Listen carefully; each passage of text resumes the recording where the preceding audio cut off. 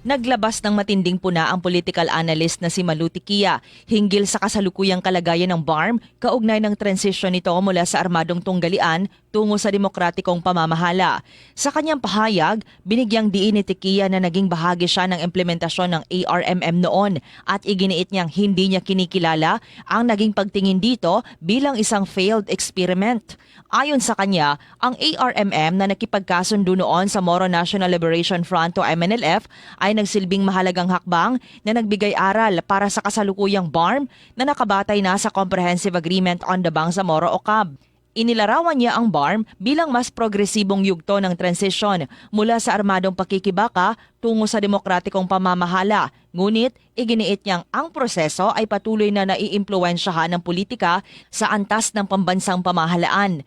Binanggit din niya na umano'y nagkaroon ng desisyon sa ilalim ng Marcos administration na nagresulta sa pagkakahati ng mga lalawigan at pagtatalaga ng mga opisyal kabilang ang mga OIC at acting governors. Ayon pa sa kanya, ang mga pagbabagong ito ay nagdulot ng internal division sa loob ng MILF, partikular sa pagitan ng mga grupong iniuugnay kina Murad Ibrahim at Abdul Rauf Makakwa. Iginiit ni Tiquia na ang pag-akyat ni Makakwa sa posisyon bilang Chief Minister ay bahagi ng isang betrayal laban sa orihinal na liderato at inilarawan niya itong mas malapit umano sa interes ng pambansang pamahalaan. Dagdag pa nito, nagkaroon din anya ng mga hakbang para maimpluwensyahan ang resulta ng lokal na halalan sa BARM noong 2025 na posibleng magtakda ng mas malawak na political control sa rehiyon sa nalalapit na 2026 elections.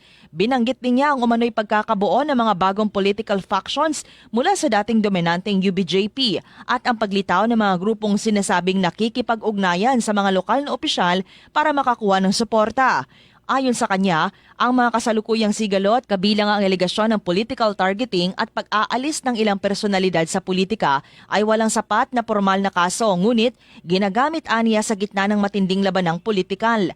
Sinabi ni Tiquia na ang mga problema sa BARM ay hindi dapat isisi sa Bangsamoro people, kundi sa istruktura ng pambansang pamahalaan at iginiit niyang ang tunay na hamon sa peace process ay nananatiling nakasalalay sa pagpapanatili ng kapayapaan at tiwala sa pagitan ng mga stakeholder. Ginawa ni Tiquia ang pahayag kasunod ng liham ni MILF Chairman Kagi Murad para kay BARM Chief Minister Makakwa kung saan hiniling ni Murad na huwag tanggalin sa pwesto si Education Minister Iqbal.